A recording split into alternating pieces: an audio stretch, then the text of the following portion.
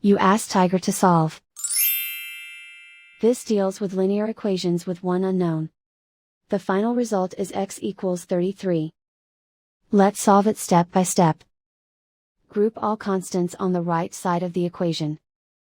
Subtract 6 from both sides. Simplify the arithmetic.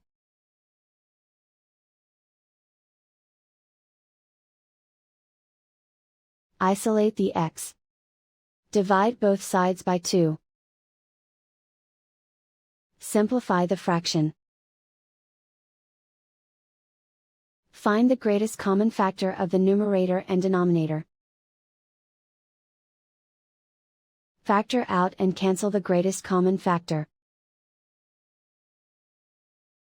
And so the final result is x equals 33.